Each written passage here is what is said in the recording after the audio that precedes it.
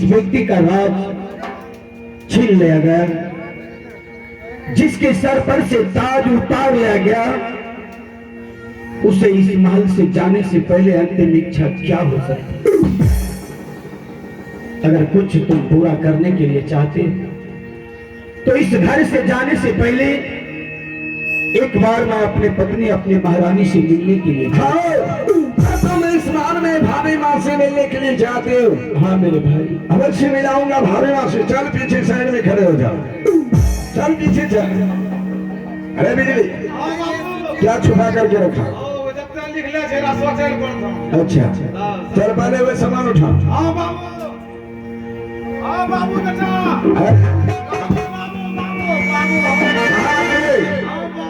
ये राजशाही पोशाक यहाँ से तुम महल ले जाओ।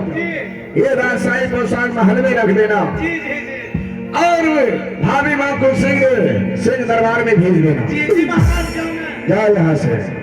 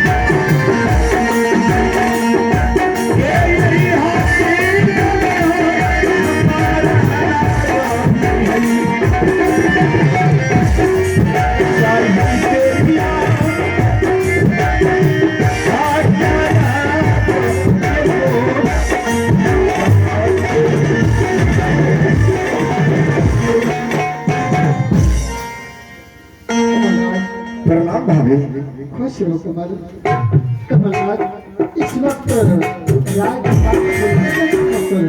भाभी माँ, इस समय जो मैं सिंह दरबार में आपको आवाज लगा रहा हूँ, मुझे कुछ कहने से पहले, कुछ सुनाने से पहले आप अपने होनहार पति से मिलिए।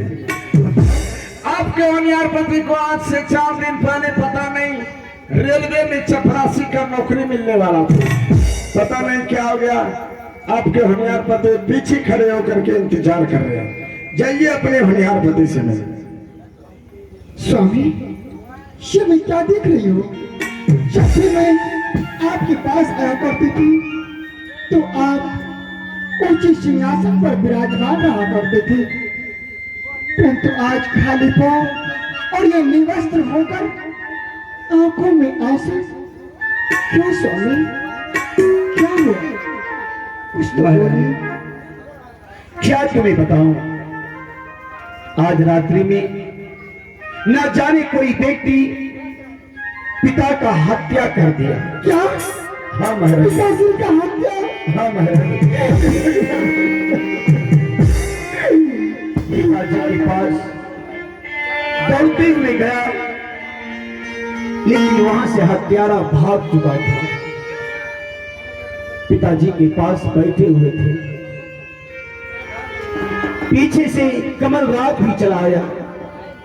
उसने मुझसे पूछा कि बताइए भैया कौन है हत्यारा, लेकिन मैं किसका नाम कहता? मैं तो किसी को देखा तक नहीं कि कौन मेरे पिता का हत्या किया। महारानी, पिताजी के सीने से वो खंजर मैंने खींचा था। वो खंजर कमलराज मेरे हाथ देख लिया और कमल ने कहने लगा कि पिता का हत्यारा आप हैं। उस हत्या के इल्जाम में मुझे 14 बरस के लिए बंद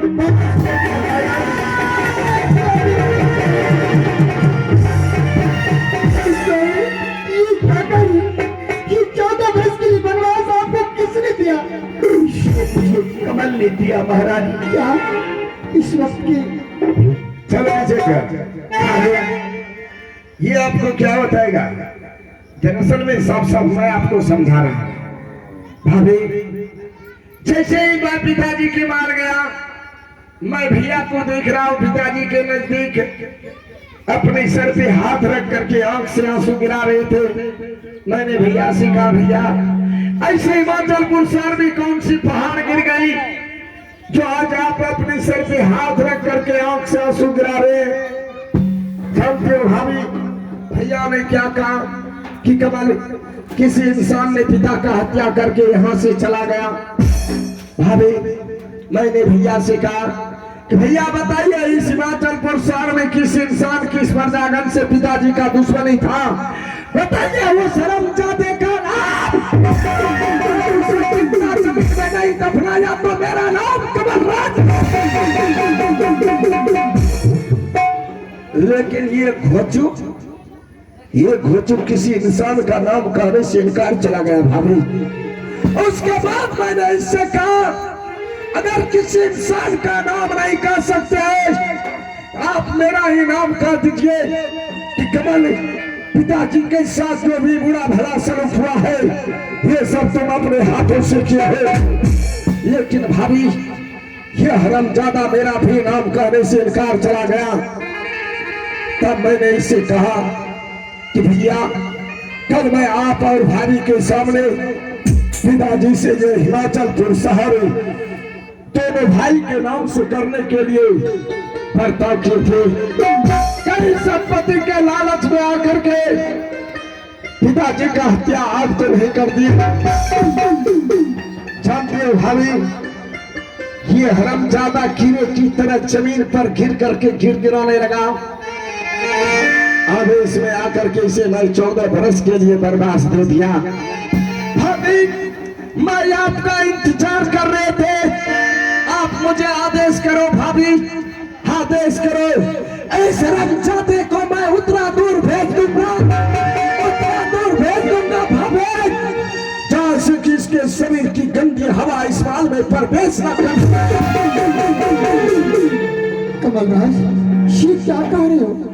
ये तुम्हारा बड़ा भाई है, ऊंची नीची बात तुम्हारे मुख से शोभा नहीं देते भाभी। और कमल, मैं उनके अर्धांगनी को, मैं उनके हृदय को जानती हूँ।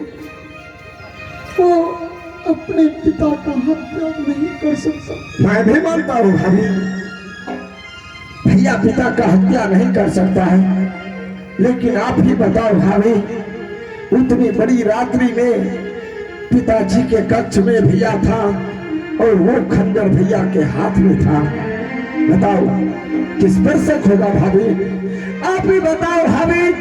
हरि जिस पिता ने हम दोनों भाई को जन्म दिया, जब उस खून का उस पिता का नहीं हो सका, आप तो सिर्फ उसकी अर्धांगिनी है।